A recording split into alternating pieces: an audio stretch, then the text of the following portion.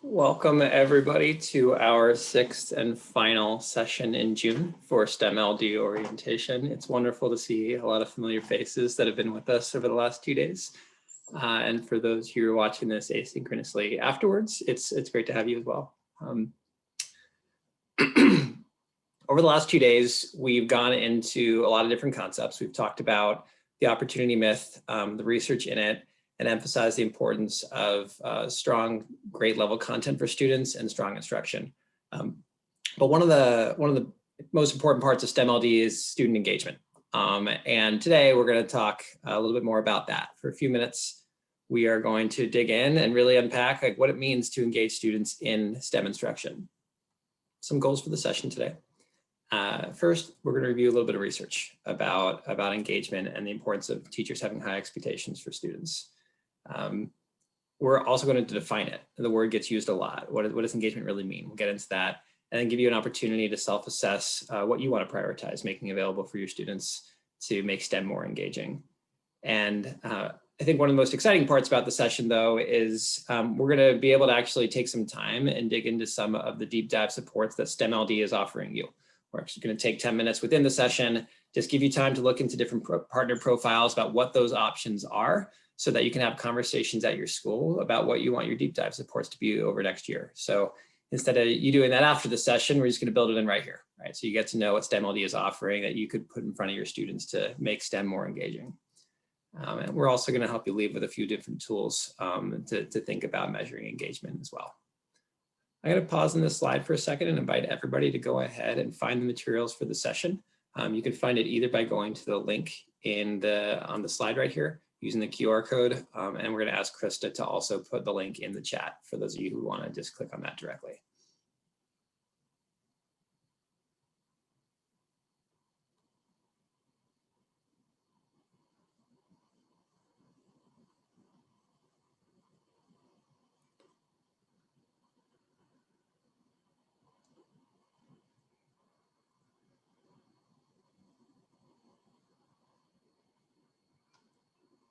Okay, you've seen these norms. If you're in this session, you should have already participated in a few of the other sessions, the opportunity myth briefing and the sessions on grade level content and strong instruction. But a few reminders. Please go ahead and mute yourself so we can all kind of experience the training and hear everything. This is being recorded for the folks who are watching it afterwards. And if you have any questions, feel free to go ahead and put them in the chat so we can respond to you. And I actually haven't introduced myself yet. My name is Stephen Loftme, and I'm part of the TNCP team supporting with STEM.LD this year. And it's really wonderful to see everybody on the call. All right. I like to start a lot of my sessions with just a handful of guiding questions that anchor us in what we're trying to do. And the question for now is, what do you think it takes to engage your students in STEM? I'm not talking about all students, I'm talking about your students. You know your classes, you know the kids that you worked with this past year, maybe you know some of the ones coming up in this next year. And the question I'm going to be asking you today is, knowing what they need, what do you think it's going to take to engage them? And that's going to be really important when we look at the deep dive supports for you to pick which one's going to be right for you. A lot of this orientation is anchored in the opportunity myth, right? So this is no different, right? We've talked about this study in a few different sessions. We've specifically highlighted that there are 4 resources. If students were to have access to these, would really make a difference and put kids on track to reaching their aspirations later in life. Talked about grade level assignments. We've talked about strong instruction. But today we're going to go into number 3 and number 4. We're going to talk about deep engagement. We're going to talk about high expectations and the role they play in the student experience. First big message, not surprising to all of you here, engaging students every day in instruction. Being engaged matters to students. But I would argue it's a little fuzzier what we mean by engagement. The word gets thrown around quite a bit. So let's take a second on this. What do we mean by engagement? The definition we're working with is that an engaged student enjoys what they're doing. They find it interesting. They're concentrating on it, right? It would be hard to distract them because they're really engaging what's happening. And they believe the experience is worthwhile. The next question is potentially even harder, right? What can teachers do about it? I would argue sometimes people just advocate for doing one or two of the things on this list over here. But I think they all have to work together, right? We know that we absolutely need to have high expectations for students, right? And provide something that's a high standard that's going to keep them engaged moving forward. That has to be grade level content, and the instruction that's being used has to get the students doing the thinking out there.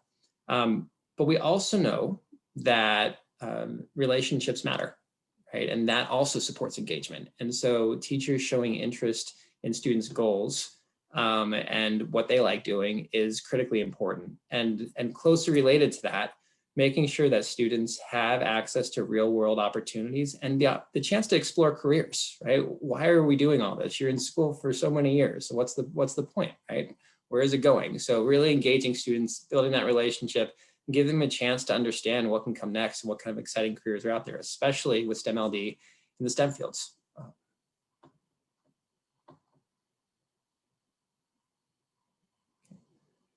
Like I said, I'd provide a little bit of research, right, about what happens with engagement. And this is from the opportunity myth. What we did is we looked at core content instruction. So if you imagine, your typical math class, you might have 180 days in a school year. You might have an hour of math instruction a day. That's the rough scale you're seeing on the left of 180.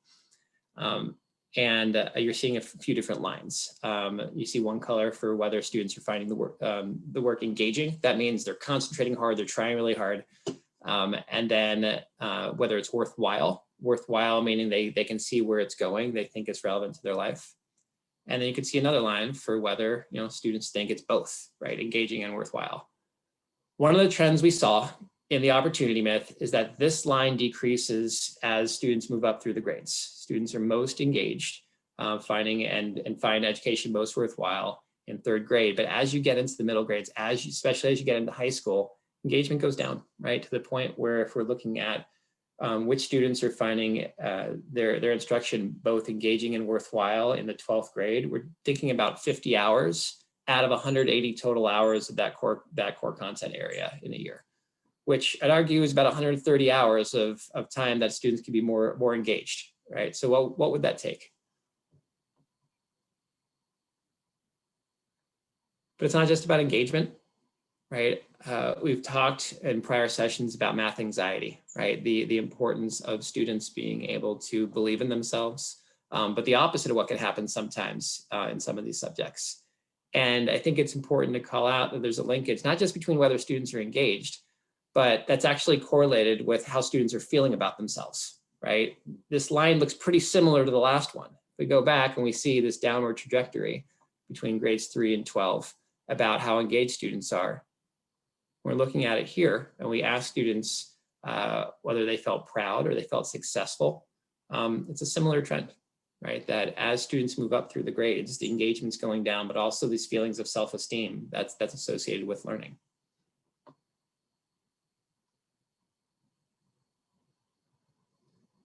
This affects all students, but particularly affects low-income students and classrooms and students of color, right? So we're seeing classrooms with mostly white students are 23% more likely to have engaging experiences, and classrooms with higher income students are 16% more likely to have engaging experiences. So like I said, the session is about not just all students, but it's about your students. Who do you have in your class day in and day out? What exactly do they need? And what can you be doing to continue to engage them?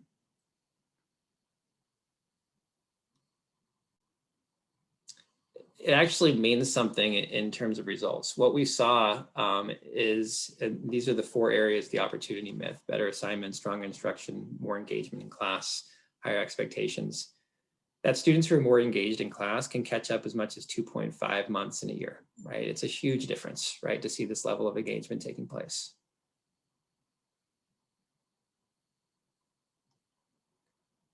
So, like I said, I'm trying to stay brief on some of the research, but my main idea here is just highlighting how important engagement is, something that is no surprise to anybody here. But we're also trying to do is suggest a couple facets about what that involves, right? High expectations, the idea of grade level content, instruction, expressing interest in students' interests and goals, and then also providing real world applications and opportunities to explore careers. for anybody interested in potentially exploring how engaged your students are in class, here's a tool that you could use, right? So I've put a quick screenshot here on the screen of what this is. This is the TNTP Student Engagement Survey. This is informed by what we actually did in the research, right? And this is a survey that students could get in your classroom if you're interested to see how engaged they are. You can find this by following the link here to get the material sessions or the QR code. And then later in the session, Krista's also going to put a link to the TNT page directly you can find here.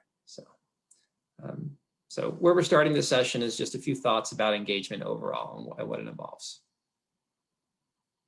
I asked the question before though, what can teachers do about it, right? It's really important to know whether they're engaged, but what comes next?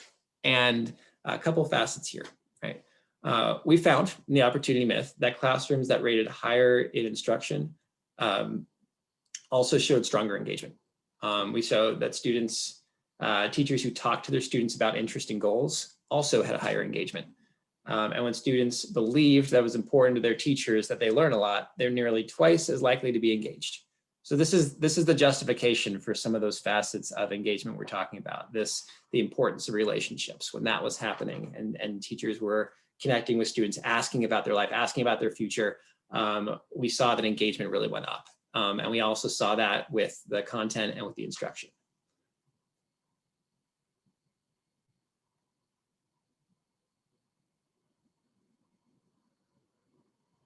One thing we haven't talked about is the role of mindset, right, and expectations. How does what a teacher thinks is possible for their students affect whether students are engaged? So one quote from the opportunity myth, this is a direct quote from a student as we were doing the study, is to say that teachers that have high expectations for you in their class, you actually try harder because you want to show you can meet those expectations. So quick student anecdote, but let's look a little more closely at this. When we talk about high expectations, what we mean is that teachers think it's possible for students to master grade level content. When we look across the different sites that TNTP had for the opportunity myth, we saw two different numbers really stick out. First, 82%, a lot of teachers support their state's academic standards. They think it's a good standard to be striving for student mastery. But when we ask the next question, do you expect your students can meet those standards? The number was less, 44%, right? Which if we start early on and we imagine that teachers throughout the grades are thinking that, what happens is students fall further and further behind. And the point here is that it's really important to have those expectations that students actually can do grade level content in any given year, right?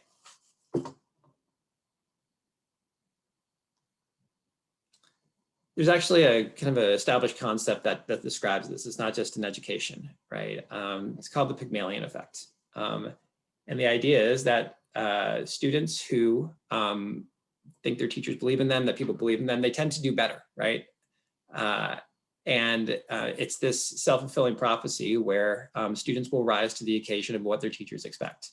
They'll meet that standard. As a reminder, in our first session on the opportunity myth, we showed that students largely met the expectations put in front of them, right? If a teacher provided grade level content, we saw most students were doing really well on those assignments.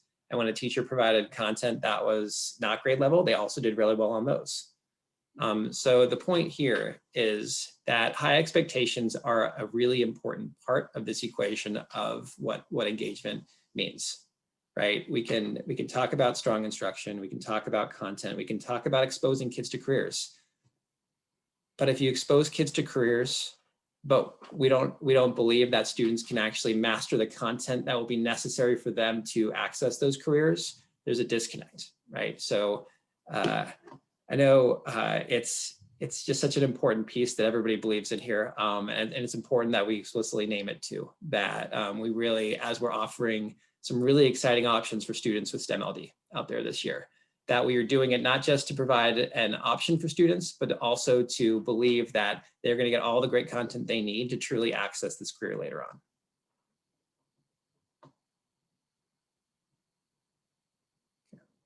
last point I'll make on this is to say that in our research, we found teacher-reported expectations for student success against the standards. It was actually the most predictive of student success. So when we looked at how students were achieving, et cetera, that was the single factor that actually was most predictive. So it's concrete, right? What we believe students are able to do is what they're able to do, right? They will meet those expectations by and large.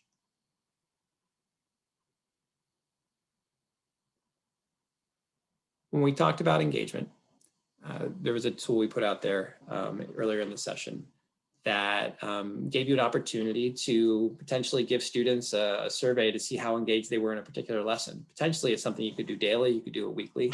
I also wanted to make sure folks had access to a tool that can help you think about kind of teacher expectations, right? And this is kind of be like a self-assessment or something you kind of read through and reflect. So I'll invite everybody a little bit later to go to the session materials, use the QR code. I just wanted to make sure we left you with a tool that you could think about high expectations with.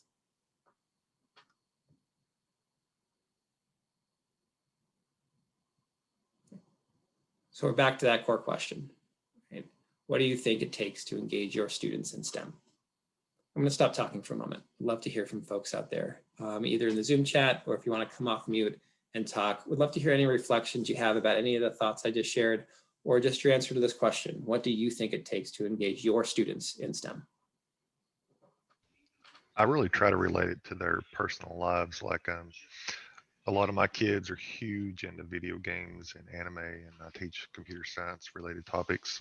It's one of my pathways, and so I really try to engage that with them and try to relate it to like video games. So several of my assignments will be like choose your favorite game that's in this genre and base this assignment off of it, things like that, like create a website for it, create a sitemap, things like that. So if you can get them related into a topic that they already love, then that really helps quite a bit. Yeah, getting to know their interests, making sure you connect it to how you're teaching. Absolutely. Yeah.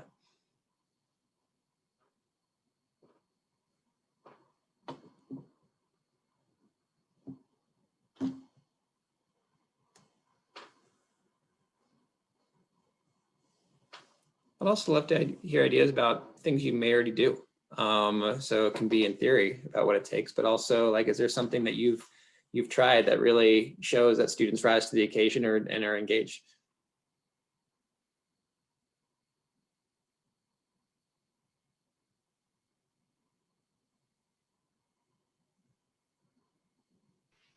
Another is like hands-on activities and competitions. Kids really like it when they get a chance to compete, you know, in a friendly environment.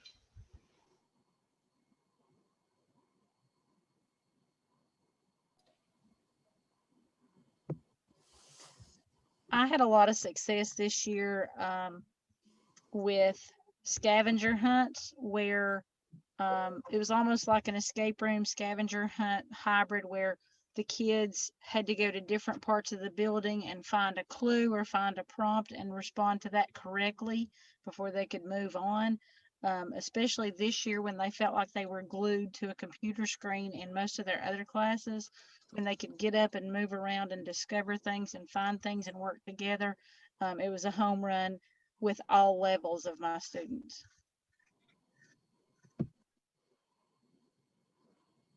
I love the idea of gamifying instruction. Right, really, like there's no reason not to, right? You can find ways for students to really plug in and just pairing that with like really strong content, like they'll just run at it, right? And just ask questions, talk to their peers, etc. Right? I think that marriage really between techniques like that and then taking all that like raw energy that comes out because of it and like really putting something challenging in front of them is just like it's such a nice connection between different facets of teaching.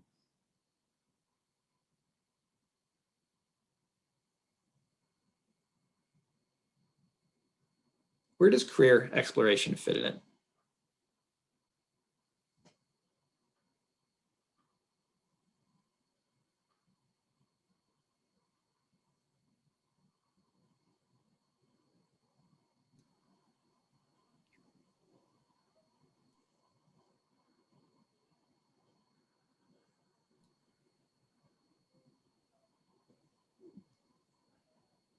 I'll ask a different way, right? Does anybody have anything they want to share about how they're currently exposing students to careers?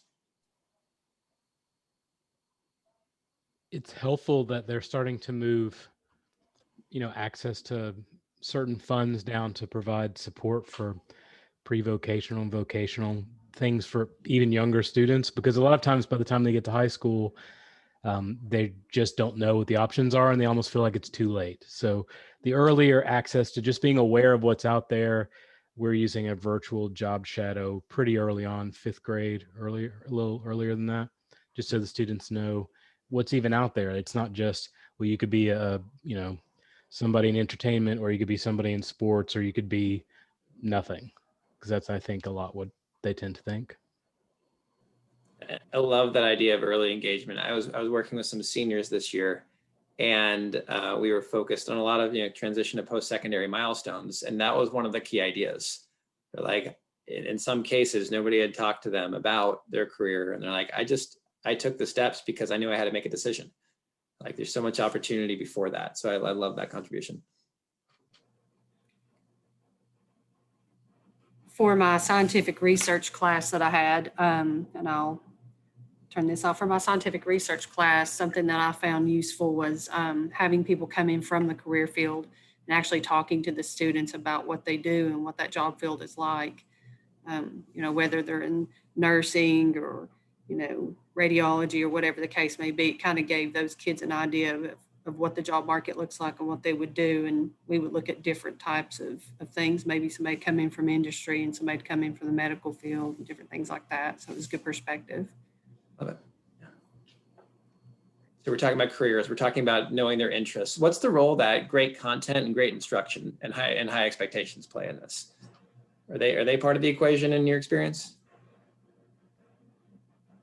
Yeah, I think partnering with different schools and having that relationship is really important, and it holds the kids accountable too. So definitely a big part of the equation. Yep.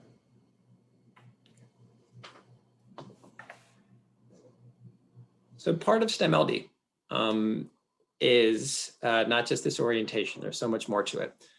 Is that teachers and schools have access to different deep dive supports. And these deep dive supports are intended to increase student engagement in STEM. And these deep dive supports we're going to explore here in a second. But the idea is, like, again, we're going back to this core question. What do you think it takes to engage your students in STEM? So this is going to be just a little bit of time for you to dig into those, learn a little bit more about them, and then start to think about what choices you might want to make for your school. Right? So let me tell you a little bit about the activity, and then we're actually going to put 10 minutes on the clock, and you'll just have time to just poke through the folder, look at these, and this will just be something you don't have to do later on. You'll be able to get started right now. So what are we going to do? First question here. For the next 10 minutes, you'll have the opportunity to explore the partner profiles, to kind of 1 to 2 page write-ups about each of the partners that are supporting STEM.LD and the deep dive supports that they're going to be offering. Okay. So you're going to use the QR code, you're going to use the link, it'll bring you to the Google Drive. There's going to be a folder that says partner profiles. Open that and you'll see a bunch of PDFs in there. So we're asking you to peruse those, get familiar with the different offerings. As you're looking through them, what should you consider? Well, consider which actions you think are most important to increase engagement for your students, and consider which of these supports are going to help you in that path. Right? So what do your students need? Which of these deep dive supports provides that? As a reminder, and I'm going to go ahead and keep this slide up here for the duration of the time. Take this kind of broad definition, this complex definition about what it takes to increase engagement. It is not just about great content, but it's also not just about engaging activities, and it's also not just about career exploration. It is all of that, right? It is the marriage of making sure that we have great content, great instruction, high expectations for students to meet those, and we are making sure to build those relationships, expressing interest to them, and that they know where this is all going: real world application, career exploration, right? So all those should really be in place for trying to get to engagement.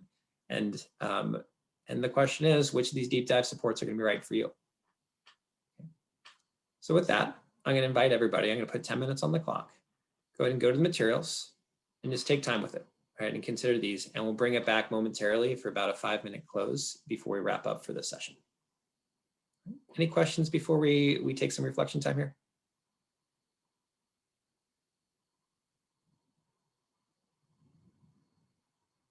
All right. All right, we'll see everybody in 10 minutes. Feel free to go off camera, mute, and we'll see you soon.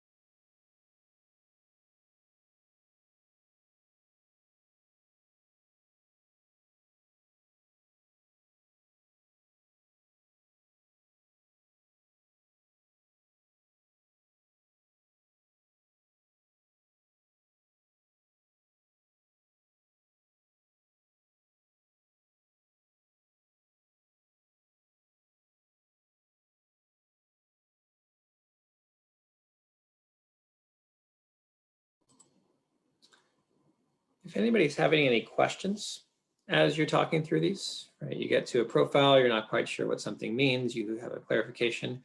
While Loving is on the call right now and can help answer any questions you might have. So again, as you're going through, again, we still have about 5 or 6 more minutes for you to be reading through all this, but also feel free to kind of speak up if there's anything you're wondering about and want to clarify about deep dive sports. We really want to make sure y'all understand what the options are for you.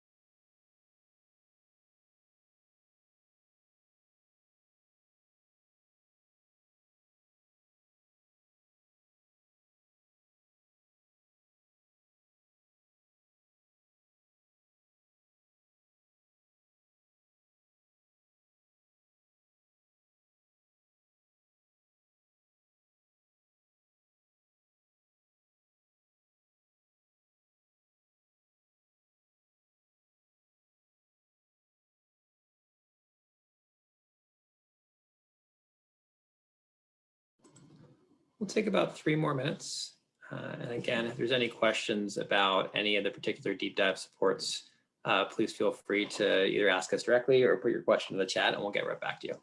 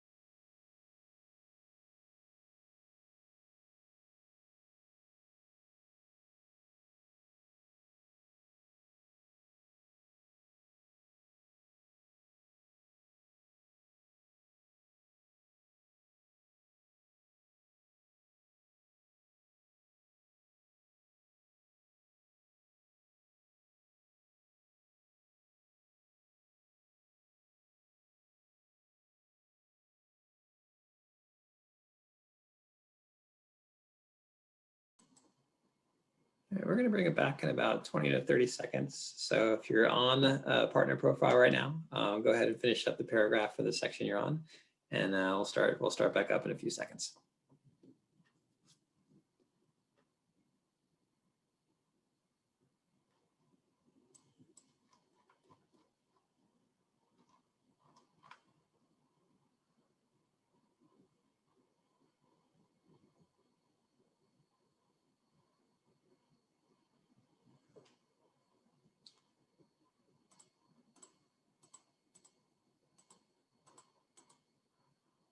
Okay, welcome back, everybody. Thank you for taking time with that. I know we had a little bit of silence there, but hopefully that was helpful, right? To look into some of these supports that are being offered here. And again, the question we really wanted you to be reflecting on is like, what do your students need?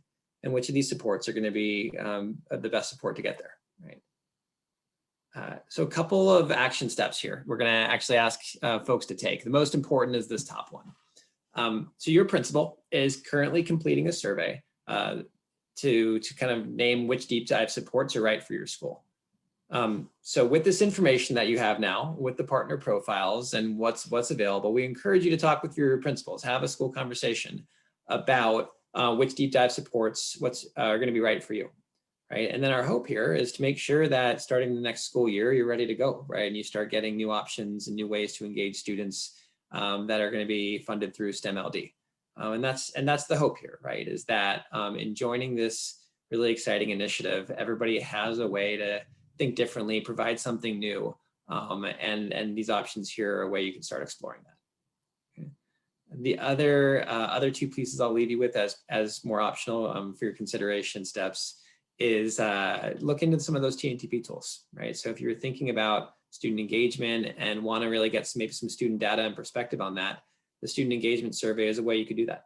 And if you want to reflect on kind of where are your own expectations for students, that's this teacher expectation survey is some thoughtful reflection questions for you. Okay. Are there any questions that you came to when you were looking through the partner deep dives? I want to create a little bit of space for that before we move on too fast and wrap up the session.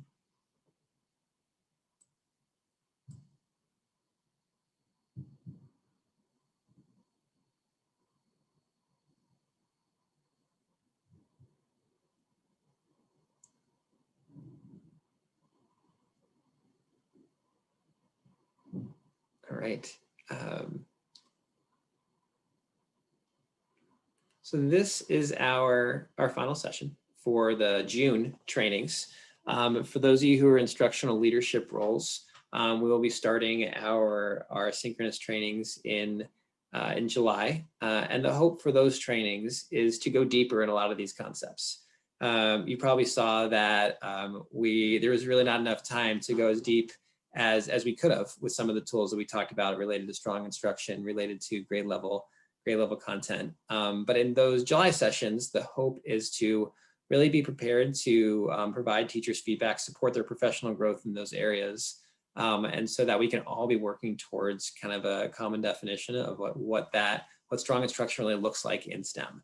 And that's really the hope that we've had over the last 6 sessions, is to make sure that we're starting STEM.LD off with a conversation about what engaging STEM instruction looks like. Okay, so we are just incredibly excited to have you as part of this initiative. And I encourage you again to take a look at those deep dive supports that we explored a bit in this session. Talk with your principal, talk with your school, and really encourage folks to submit that survey and let us know what deep dive supports are going to be right for you.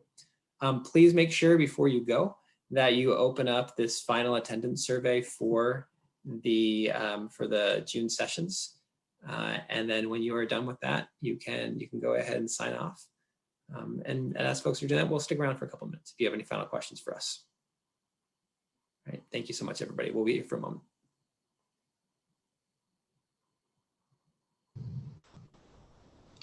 I just want to clarify that when the teachers do this, starting June the 14th on the recordings, do they have to do the science and math, or are they just doing the science if they're science teachers and math if they're math teachers? Great question. Just math if you're a math teacher, just science if you're a science teacher. If you are a CTE or related arts in STEM, please do both, right? So it would be all 6 sessions in that case. So some of the teachers will come out with the 3 hours of training versus the 6 hours of training. Does it still count as their June training? It does. It'll be 4 hours versus the 6 because everybody would be in the first session, opportunity myth overview. Everybody would be in this session, the idea of engagement and high expectations. And then for a math teacher, you would be in the 2 additional math sessions. For science, the 2 science. And then, but the whole series is a 6 total if you're somebody that could potentially be touching upon both subjects. Okay, thank you.